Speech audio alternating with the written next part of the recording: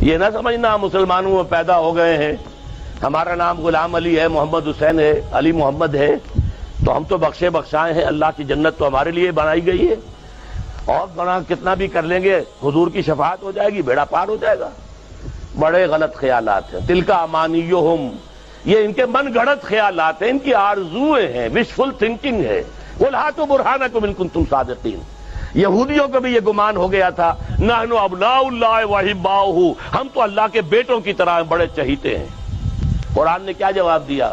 فَلِمَا يُعَذِّبُكُم بِذُنُوبِكُم، اگر ایسے لاڈلے اور چہیتے ہو تو اللہ تمہیں سزائیں کیوں دیتا رہا ہے؟ اسی طرح آپ سوچئے، یہ ہسپانیہ سے مسلمان کیوں ختم ہو گئے جہاں 800 برس حکومت کی تھی؟ یہ کیوں تمہارے اوپر انگریز آ کر مسلط ہو گیا تھا؟